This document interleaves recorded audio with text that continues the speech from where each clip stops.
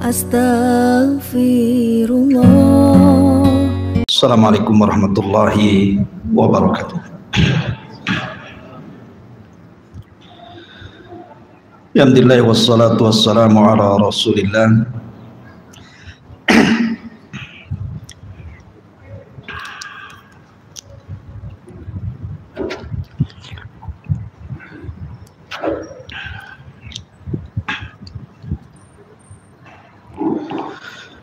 Alhamdulillah wassalatu wassalamu ala Rasulillah wa ala alihi wa sahbihi wa mawalah wa la hawla wa la quwwata illa billahi wa ba'du. Alhamdulillah, di malam hari ini kita bisa duduk kembali untuk berthalabul ilmi di Masjid Pontrenis Sagulung,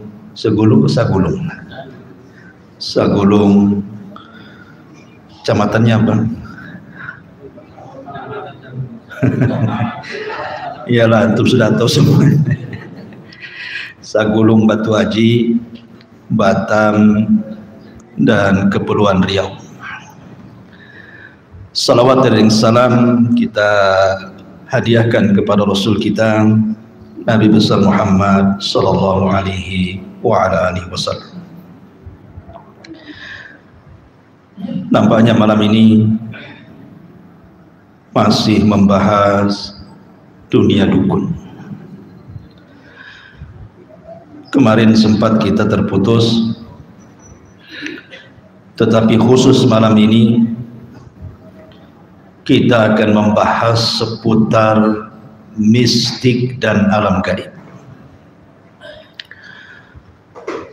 Karena sebagian para normal, orang pintar, dukun, ahli supranatural, penasehat spiritual, apalah namanya, kalau orang Melayu bomo,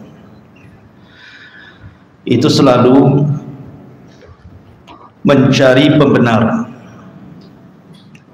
Apabila kita katakan bahwa tidak ada yang tahu kegaiban kecuali Allah, termasuk alam jin, mereka selalu mengeles dan mengatakan bahwa dunia kami juga seperti itu, dunia mistik menurut mereka. Tapi mistik dan juga alam gaib yang kita pahami berbeda dengan yang mereka pahami. Ketika kemudian kita katakan kalian tidak tahu yang gaib, iya, kami tidak tahu yang gaib, tapi kita harus beriman kepada yang gaib. Itu bahasa kita. Tapi bahasa mereka, kita harus meyakini adanya mistik. Seolah-olah menggiring opini bahwa mistik dan alam gaib itu sesuatu yang sama. Padahal mistik itu istilah perdukunan. Cuman kemudian mengambil dalil dan pembenaran, digiring bahwa kita juga beriman dan kalian harus beriman dengan alam gaib. Maksudnya harus beriman dengan mistik yang mereka ketahui, itu maksudnya. Ma'asyiral muslimin yang dimuliakan Allah Azza wa Jalla, kita tahu bahwa kunci kegaiban itu ada 5 perkara. 5 perkara ini tidak ada yang tahu kecuali Allah. Siapa yang mengaku dia tahu tentang 5 perkara ini, ketahuilah dia dukun. Sok tahu yang gaib, pembohong dan pendusta. Ada seorang sahabat menceritakan Al-Haris ibn Amr Ibnu Harithah ibn Muharib ibn Hafsah, seorang laki-laki dari Badui. orang desa lah bahasa kita. Itu datang kepada Nabi Shallallahu Alaihi Wasallam. Pertama bertanya soal kapan kiamat, kapan waktunya. Kemudian yang kedua, dia mengatakan bahwa negerinya sedang ditimpa paceklik hebat. Kira-kira kapan turun hujan? Kemudian yang ketiga, dia meninggalkan istrinya sedang hamil di rumahnya. Kemudian dia mengatakan, apa yang kira-kira ketika bayi ini lahir dia akan jadi apa? Kemudian yang keempat, dia mengatakan, aku tahu istriku lahir di mana, akan tetapi aku tidak tahu di tempat mana dia akan mati. Lah pertanyaan-pertanyaan ini kemudian disampaikan kepada Rasul. Maka Nabi SAW terdiam sehingga turunlah surah di dalam Al-Quran, Innallaha indahu ilmus sa'ah wa yunazzilul ghaitha wa ya'lamu ma fil arham wa ma tadri nafsum madza taksibu gadan wa ma tadri nafsum bi ayyi ardin tamut innallaha alimun khabir. Allah jawab pertanyaan, setiap pertanyaan orang Badui. Pertama, innallaha indahu ilmus sa'ah, pengetahuan tentang kiamat tidak ada yang tahu kecuali Allah. Jangan coba-coba meramal kapan kiamat, tidak akan terjadi dan pasti meleset. Karena sudah banyak kan orang yang meramal kiamat, asik meleset terus, tapi dicoba terus, ya meleset teruslah. Karena pengetahuan kiamat itu tidak ada yang tahu kecuali Allah. Ketika hari kiamat tidak ada yang tahu kecuali Allah, maka tanda-tanda besar kiamat pun tidak ada yang tahu kecuali Allah. Karena kiamat tidak mungkin terjadi kecuali didahului 10 tanda. Berarti 10 tanda ini tidak ada yang tahu kecuali Allah. Jangan coba-coba meramal 10 tanda ini. Kita yakin adanya, kapan terjadinya wallahu a'lam. Selesai, simple Islam. Kemudian yang kedua, wa yunazzilul ghaits. Tidak ada yang tahu kapan hujan itu turun. Yang tahu hanya Allah Subhanahu wa ta'ala. Dan tidak ada yang bisa untuk mencegah hujan turun kalau Allah menghendaki hujan. Maka pawang-pawang hujan itu mereka tidak bisa mencegah hujan. Acting saja, mereka sedang berdusta.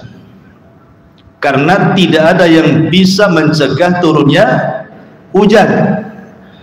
Dan tidak ada yang tahu kapan hujan kecuali Allah Subhanahu wa ta'ala. BMKG saja mengira-ngira, oh akan terjadi tsunami. Rupanya beberapa saat kemudian diumumkan tidak terjadi tsunami. Meleset kan? Tidak bisa, hanya mengira-ngira saja. Kemudian yang ketiga, wa ya'lamu ma fil arham. Tidak tahu seseorang itu tentang kehidupan janin yang ada di rahim. Bukan soal laki-laki dan perempuannya, itu sudah ada alatnya di WSG, tahulah ini kan. Yang penting sudah bentuk manusia.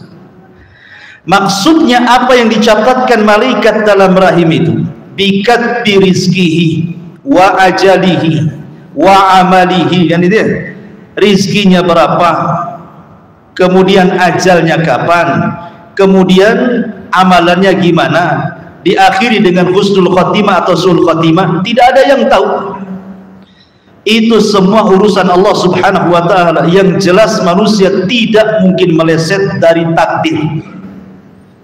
Manusia tidak mungkin meleset dari takdir. Kemudian yang keempat, wa ma tadri nafsum madza taksibu qadan. Jiwa itu tidak ada yang tahu kira-kira besok terjadi apa. Disinilah yang kemudian muncul para peramal, kemudian meramal bahwa akan terjadi begini, begitu, begono, gitu. Bahwa akan terjadi sesuatu di masa depan. Tidak ada yang tahu kecuali Allah. Ustaz, ada tuh bener tuh orang itu meramal, tapi terjadi pula ramalannya. Maka itu persis yang dikatakan seorang sahabat kepada Nabi SAW, ya Rasulullah, yuhaddithuna bi syai'in ahyanan fayakunu haqqan. Rasul, kadang-kadang tukang ramal itu menceritakan sesuatu kepada kami dengan sebuah peristiwa, benar pula peristiwa itu terjadi, gitu. Maka Nabi sudah menjawab perkara ini, bahwa tilkal kalimatu yakhtifuhal jinniyu fayaqurruha ila udhuni waliyihi. Itu hanya kalimat yang dicuri oleh jin dari percakapan malaikat di langit pertama, kemudian dibisikkan di telinga dukun-dukun yang ada di bumi. Sampai di sini hadisnya? Tidak. Tetapi setelah dicampur adukan, fayakhlituna aktsar min mi'ati kalim. Satu kalimat itu sudah dicampur adukan dengan lebih daripada 100 kedustaan. Jadi kalau seandainya dibahasakan itu, dukun ini meramal 100 ramalan, yang terjadi cuma 1, yang 99 tidak terjadi. Artinya bahwa ini namanya istidraj, kebetulan, bukan bisa meramal, namanya kebetulan, kan itu ya. Kecuali kalau dari 100 ramalan itu 60 terjadi, 40 tidak terjadi. Wow, hebat dia, punya kesaktian. Tapi yang satu terjadi, 99 tidak terjadi, mah pendusta namanya. Karena tidak ada yang tahu kejadian yang akan terjadi kecuali Allah. Ini nas Quran. Wa ma tadri nafsum madza taksibu ghadan. Wa ma tadri nafsun bi ayyi ardin tamut. Termasuk kematian. Kematian dan kehidupan itu tidak ada yang tahu kecuali Allah. Tidak ada yang tahu kecuali orang ini akan hidup, orang ini akan mati. Tidak ada yang tahu kecuali Allah. Orang ini akan sehat, orang ini akan sakit parah. Tidak ada yang tahu. Karena biasanya dunia perdukunan itu memastikan kesembuhan total tanpa operasi. Kan itu ya? Kalau antum datang ke dukun, cukup mahar seikhlasnya, biasanya seikhlasnya. Tapi disuruh datang ke pembantunya, disebutkan nominalnya, bukan seikhlasnya. Kemudian sediakan kambing, kambingnya kamu yang beli, kamu yang rawat. Nanti pas praktek datang ke saya. Umpamanya orang ini punya penyakit jantung, nanti penyakit jantungnya biar kita transfer, copy paste dimasukkan ke jantung kambing, sembuh tanpa ada operasi. Hebat kan? Nggak perlu sekolah, nggak perlu jauh-jauh ke Amerika, sekolah spesialis nggak perlu, datang ke dukun saja. Harga kambing 2 juta, kambing kacang, pulang sembuh. Hebat. Karena dukun itu untuk kemudian mengelabui pasiennya pasti dengan pasti-pastian mereka itu. Pasti sembuh, garanti. Bahkan ada sebagian mereka itu untuk supaya pasiennya yakin itu bergaransi. Tentu bergaransi, kalau tak sembuh uang kembali. Coba ingat ya, itu dukun pandai itu. Ngomongnya itu sakarepmu, katanya orang Jawa. Ma'asyiral muslimin yang dimuliakan Allah Azza wa Jalla. Ini disebut kegaiban. 5 perkara itu disebut mafatihul ghaib. Tidak ada yang tahu kecuali Allah.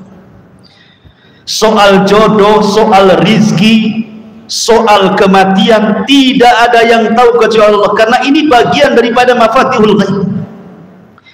Karena umumnya yang datang ke dukun itu, yang datang ke paranormal itu, kalau tidak cerita jodoh, ya kan, pasti cerita jodoh, atau cerita rizki, tokonya ingin laris, ya kan, kemudian ingin banyak pembeli, kalau tidak penyakit sehingga ingin sembuh, atau kalau tidak bicara tentang jabatan, tentang apa namanya, supaya naik pangkat dan begitu seterusnya, atau orang yang bermasalah keluarganya supaya disantet dan begitu seterusnya.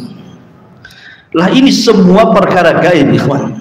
Tidak ada yang tahu kecuali Allah, kecuali para dukun. Mereka sok tahu, bukan tahu, sok tahu namanya, karena mereka adalah para dajjal, para pendusta agama.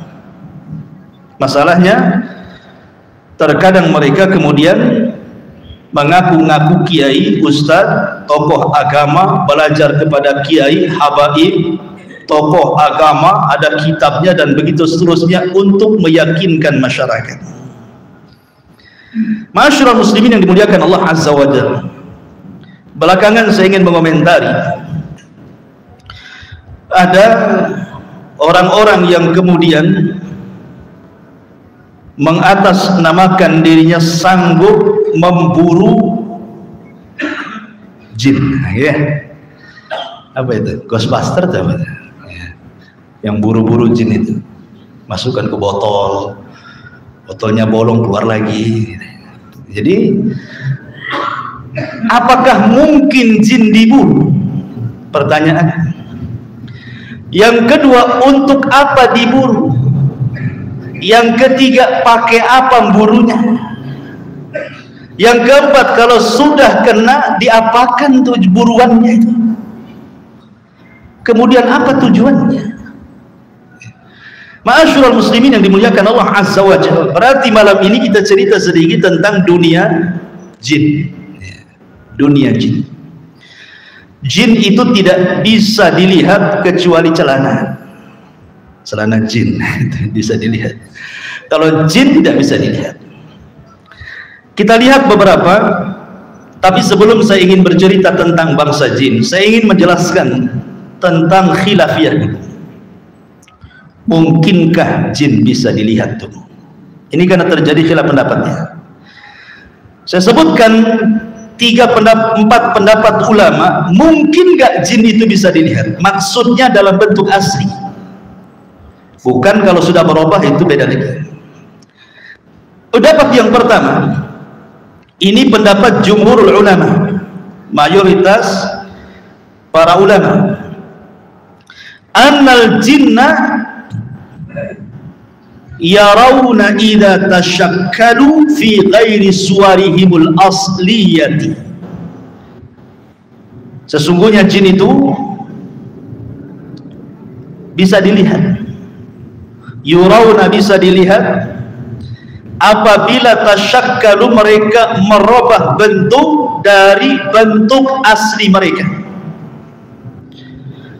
fi ba'dil awqat wa li ba'din nas, pada waktu-waktu tertentu dan kepada sebagian manusia tertentu. Jin bisa dilihat, tapi syaratnya dalam bentuk yang bukan asli. Ikhwan, bicara tentang jin, sebenarnya jin itu ketika membentuk dirinya kepada bentuk yang lain, ulama membahas tentang masalah ini. Bagaimana cara jin itu membentuk dirinya kepada bentuk yang lain? Ma'asyiral muslimin yang dimuliakan Allah Subhanahu wa taala, ada yang mengatakan, menurut Al-Qadi Abu Ya'la Muhammad bin Husain ibn Farrah rahimahullahu taala, dia mengatakan, wala qudrata lisyaitani ala taghyiri khalqihim wal intiqali fis suwari. Tidak ada kemampuan bagi syaitan untuk mengubah penciptaan mereka dan berubah bentuk.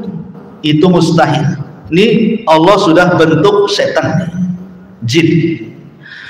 Kemudian dia ingin membentuk zatnya kepada bentuk yang lain dengan memereteli, bahasa kitanya, semua organnya kemudian beralih kepada bentuk yang lain. Mustahil. Jin tidak mungkin membentuk selain bentukan yang Allah telah bentuk. Kenapa? Kalau sampai dia membentuk dirinya kepada bentuk lain, binasalah jin itu. Tapi yang dimaksud adalah, kata beliau, dia membentuk itu maksudnya qadirun ala taswir wa takhili ala ma'nan annahu qadirun ala qaulin idza qalahu wa fa'alahu naqalahu Allah ta'ala ala suratihi ila suratin ukhra. Tetapi di kalangan jin itu juga ada tukang sihir. Di kalangan jin itu juga ada dukun juga, sama dukun dari kalangan jin. Lah dukun-dukun inilah yang kemudian oleh Allah Subhanahu wa taala diajarkan beberapa kalimat. Kemudian kalimat ini kalau seandainya diucapkan, maka kemudian dia akan berubah, tapi bukan berubah bentuk aslinya, tidak, hanya dalam bentuk khayalan. Jadi manusia yang melihat jin itu berubah itu dalam bentuk khayalan saja, bukan dia yang merubah bentuknya, gitu maksudnya, kata Syekh. Itu pun yang melakukannya dukun dari kalangan jin, sesama jin gitu ya. Kemudian kamu dirubah gitu ya, bentuknya tetap tapi dihayalkan kepada manusia seolah-olah bentuknya berubah. Dan ini sesuai dengan riwayat bahwa suatu ketika hantu, dalam bahasa Arabnya namanya ghul atau ghailan, itu pernah diceritakan kepada Umar bin Khattab radhiyallahu anhu. Faqala inna ahadan la yastati'u an yatahawwala ala suratihi allati khalaqahu Allah 'alaiha walakin lahum saharatun ka saharatikum fa idza ra'aitum dzalika fa'adzinu. Bahwasannya tidak ada yang mampu untuk merubah bentuk asli jin sebagaimana diciptakan Allah Ta'ala, namun mereka memiliki tukang sihir sebagaimana tukang-tukang sihir yang ada di antara kalian. Apabila kalian melihat hal itu, maka ucapkanlah azan kepada mereka. Berarti mereka tidak bisa merubah dirinya sebenarnya, cuman kemudian oleh tukang sihir dari kalangan jin, jin ini kemudian dimantra-mantra, kemudian manusia yang melihatnya seolah-olah mungkin dalam bentuk saudaranya sudah meninggal. Itu hayalan saja yang dibuat oleh tukang sihir dari kalangan jin, seperti pamannya tali-tali tukang-tukang sihir Fir'aun yang dimantra-mantrai gitu ya, kemudian dilempar tiba-tiba seolah-olah jadi ular. Tali tetap tali, cuman pandangan manusia dihayalkan itu ular. Paham ya maksudnya? Jin itu berubah itu seperti itu. Atau kata Imam Nawawi rahimahullahu ta'ala, ketika bicara tentang ghul itu artinya setan yang suka mengganggu anak-anak, atau setan yang suka nakut-nakuti orang. Ya, pamannya antum lewat ke kuburan Tamiang situ, tiba-tiba kok takut gitu, lihat tiang listrik jadi putih, kemudian disangka setan, padahal memang catnya merah putih lagi Agustusan. Karena penakut, udah pocong gitu ya. Itu kata Imam Nawawi rahimahullahu ta'ala, beliau mengatakan, qala jumhurul ulama kanatil arabu taz'amu anna al-ghailana fil falawah atau fi falwah wa hiya jinsun minasyayatin fatatara'a linnas wa tataghawwala taghawwulan ay tatalawwana talawunan. Jadi jumhur ulama, kata Imam Nawawi, berkata bahwa orang-orang Arab meyakini hantu berada pada anak-anak keledai. Ia merupakan salah satu jenis syaitan yang menampakkan dirinya kepada manusia untuk menakut-nakuti dengan mewarnai dirinya dengan aneka macam warna. Ya. Jadi kalau sekarang ini antum tengok di lampu merah itu kan, ada manusia silver. Teman-teman, manusia silver yang di lampu merah itu, tak apa maksudnya? Anak saya ketakutan tuh nengok manusia silver itu. Begitulah diwarnai gitu ya. Diwarnai untuk menakuti orang, itu maksudnya. Ya seolah-olah seperti itulah bentuk jin itu bisa tasyakul gitu maksudnya. Ini menurut siapa? Al-Imam An-Nawawi rahimahullahu ta'ala dan juga Abu Ya'la Muhammad ibn Husain bin Farra rahimahullahu ta'ala. Kembali ya, bahwa jumhur ulama mengatakan bahwa jin itu mampu dilihat apabila tasyakul, apabila beralih rupa, tapi kalau dalam bentuk aslinya tidak mungkin mampu dilihat manusia. Dan itu berdasarkan zahir ayat Al-Quran kan, innahu yarakum huwa wa qabiluhu min haitsu la tarawnahu. Sesungguhnya iblis akan melihat kalian, dia dan seluruh pengikutnya, dia dan seluruh pengikutnya dari tempat engkau tidak bisa melihat mereka.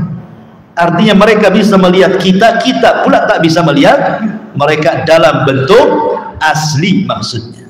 Kalau sudah tasyakul bisa. Ini satu pendapat. Pendapat yang kedua, anna ru'yatal jin mukhtasatun bil anbiya, bahwa ada yang mampu untuk melihat jin itu tetapi khusus para nabi. Maksudnya dalam bentuk asli. Dalam bentuk asli bisa dilihat, tapi khusus para nabi. Karena para nabi kan seperti Nabi SAW pernah melihat malaikat dalam bentuk asli kan, Jibril itu. Maka begitu juga jin. Kalau malaikat saja bisa dilihat dalam bentuk asli, apalagi jin. Tapi ini khusus para nabi. Khusus para nabi. Selain nabi tidak bisa. Apalagi dukun. Ya. Kemudian yang ketiga, yungkiru ru'yatal bashar lil jin. Ini yang ketiga ini, orang-orang barat biasanya mengingkari tidak ada jin. Bagaimana akan bisa dilihat? Jinnya pun tidak ada.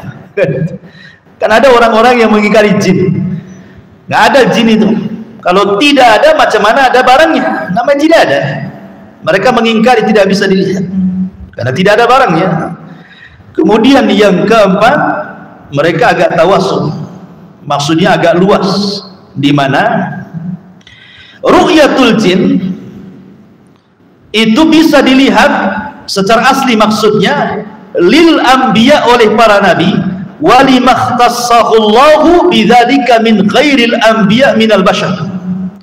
Bahkan selain para nabi pun, tetapi bagi orang-orang yang Allah pilih saja dari kalangan manusia melihat jin. Seperti ini pendapat Ibnul Arabi dan Al-Alusi mengatakan bisa dilihat.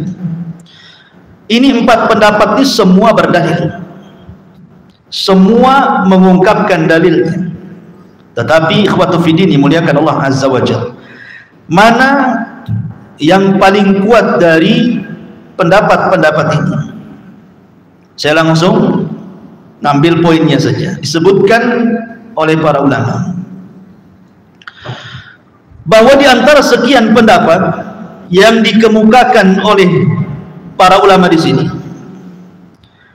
pendapat yang kuat wallahu alam adalah pendapat jumhurul ulama, mayoritas para ulama, bahwa jin dalam bentuk asli tidak mungkin dilihat, mustahil, kecuali setelah mereka beralih rupa. Beralih rupa pun bukan berarti bentuk yang Allah ciptakan berubah, tidak. Cuman beralih rupa itu ada tukang sihir dari kalangan jin kemudian mengguna-guna atau membaca-baca mantra jin itu sehingga pandangan manusia seolah-olah dia berubah bentuk, atau dengan cara diwarnai sehingga kemudian membuat rasa takut kepada manusia, sekonyong-konyong tahu-tahu ada di depan gitu ya. Itu mungkin, tapi dalam bentuk asli mustahil. Perhatikan ucapan Imam Syafi'i rahimahullah ta'ala, sangat bagus sekali ucapan Imam Syafi'i rahimahullah ta'ala. Apa kata Imam Syafi'i? Imam Syafi'i mengatakan, man za'ama annahu yaral jinna radatna syahadatahu illa an yakuna nabiyyan. Kata Imam Syafi'i, siapa yang menyangka bahwa dia mampu melihat jin, tolak persaksiannya. Dia tidak layak menjadi saksi di persidangan, di pernikahan, dijual beli atau saksi-saksi yang lainnya, karena orang ini telah berdosa. Kemudian Al-Imam Ibnu Hazm rahimahullahu ta'ala mengatakan, beliau juga mengomentari, faman idda'annahu yarahu aw ra'ahu fahuwa kadzibun. Siapa yang mengaku melihat jin, maka katakan dia pendusta. Tidak ada yang bisa melihat jin ya. Karena kalau antum melihat ucapannya para dukun itu, mereka kan sok tahu yang gaib. Kadang-kadang mereka kemudian masuk di hutan-hutan, kemudian tiba-tiba tuh sebelah sana, tuh sebelah sana, ya kan gitu. Atau anak indigo, yang punya kelebihan indera. Indera itu berapa? 5 kan? Panca indera kan? Dia 6 dia. 6 itu maksudnya bisa menerawang yang gaib gitu ya. Makanya indigo, katanya anak sakti. Ikhwan, anak indigo ini tidak bisa melihat jin ya. Tidak bisa melihat jin. Boleh jadi dia itu imajinasinya, namanya anak-anak kan, usia 5-6 tahun itu kan imajinasinya itu masih kuat. Gara-gara nonton sama-sama orang tuanya film hantu gitu ya, genderuwo atau apa gitu ya di film itu, sehingga kemudian terbayang-bayang tuh imajinasinya itu. Atau kadang-kadang orang tua sudah takut-takuti ketika ke tempat yang gelap, nak jangan ke situ, nanti ada setan, nanti ada suster ngesot, itu ada apa itu kan, yang setan-setan. Ya akhirnya terekamlah anak-anak itu, sehingga ketika melihat yang gelap itu, oh ada setan di situ, kan gitu ya, karena terekam. Kayak antum punya anak-anak, jangan keluar, nanti ada polisi. Sekarang satpam seragamnya kayak polisi. Kata anak-anak, buku ada polisi, padahal satpam, gitu ya, karena sudah terbentuk itu imajinasinya itu. Anak indigo itu tidak bisa melihat jin. Kalaupun mereka bisa melihat jin, jin itu sedang menakut-nakuti dia. Bukan dia bisa melihat, jinnya yang memperlihatkan diri dengan cara apa? Mewarnai badannya, akhirnya nampak gitu ya. Dia bukan punya kelebihan. Anak indigo itu kerasukan, harus dirupiah. Dirupiah, kasihan anak itu. Anak itu sakit, bukan sehat ya. Ma'asyiral muslimin yang dimuliakan Allah Azza wa Jalla, kembali. Jadi kalau kita cerita dunia jin, karena mereka itu sok-sok tahu yang gaib. Bahkan ada orang yang ngaku dirinya dukun sakti gitu, bilang saya ini yang ngantarkan makanan ke jin katanya. Gimana cara ngasih makanan jin itu? Kalau ngasih makan ayam senang saja ya, atau ngasih makan kucing, ini kasih makan jin pula. Di mana letaknya dia? Jinnya itu makanan apa yang dia sukai? Ma'asyiral muslimin yang dimuliakan Allah Azza wa Jalla, memang jin itu makan minum, betul. Kita tidak mengatakan jin itu tidak makan, tidak minum seperti malaikat, tidak. Mereka sama dengan kita. Makanya ada hadis yang mengatakan, ketika Nabi SAW sedang makan, ada anak kecil mau ngambil, dipegang tangannya. Kata Rasul, samillah, baca bismillah. Kemudian datang orang Badui mendekati Rasul, mau main nyerobot aja, main makan. Kata Rasul, dipegang tangannya, samillah, bismillah, baca bismillah. Kemudian setelah makan, Nabi SAW memberitahu bahwa orang yang makan dan tidak membaca basmalah berarti makan bersama jin dan tidak barokah makannya. Makanya kemudian dalam hadis juga apabila antum makan yang merupakan makanan mereka dalam bentuk tulang, tidak dijelaskan kan azam, tulang itu ya bisa tulang ikan, bisa tulang kambing, bisa tulang ayam. Ya, yang jelas jangan istilah tulang itu orang gitu ya. Kan ada tuh orang itu dibilang tulang gitu ya. Maksudnya tulang di sini artinya tulang-tulang yang ma'ruf bisa dimakan. Kata Nabi SAW, kalau antum hendak membuang, jangan lupa baca basmalah. Supaya apa? Supaya nanti dagingnya balik lagi ke tulang itu. Dan itulah makanan dari saudara kita jin-jin muslim. Jadi kita sedekah kepada mereka. Ya, kadang antum pelit, sudah dagingnya antum makan, tulangnya pula antum presto. Nggak ada sedekahnya antum sama jin.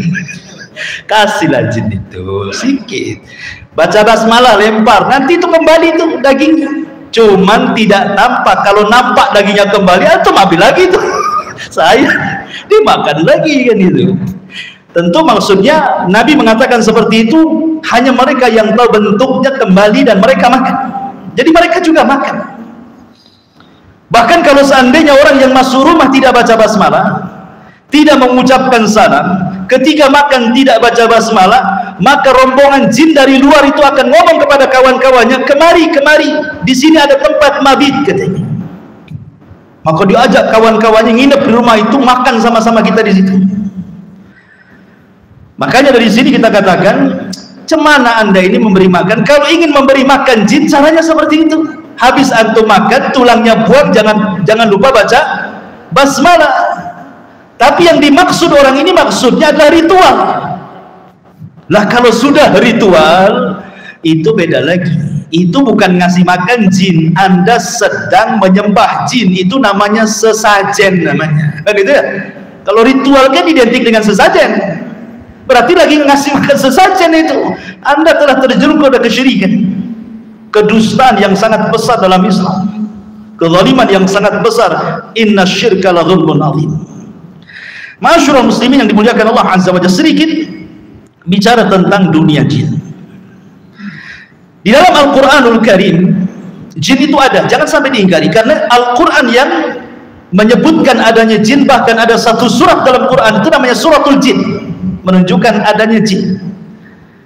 Kemudian juga dalam hadis Nabi SAW ma'ruf, ketika Nabi SAW hendak mendakwai bangsa jin, kemudian Abdullah ibn Mas'ud diajak oleh Rasul, dan Abdullah ibn Mas'ud melihat ada bekas-bekas api dan bekas-bekas jinnya itu, ketakutan dia.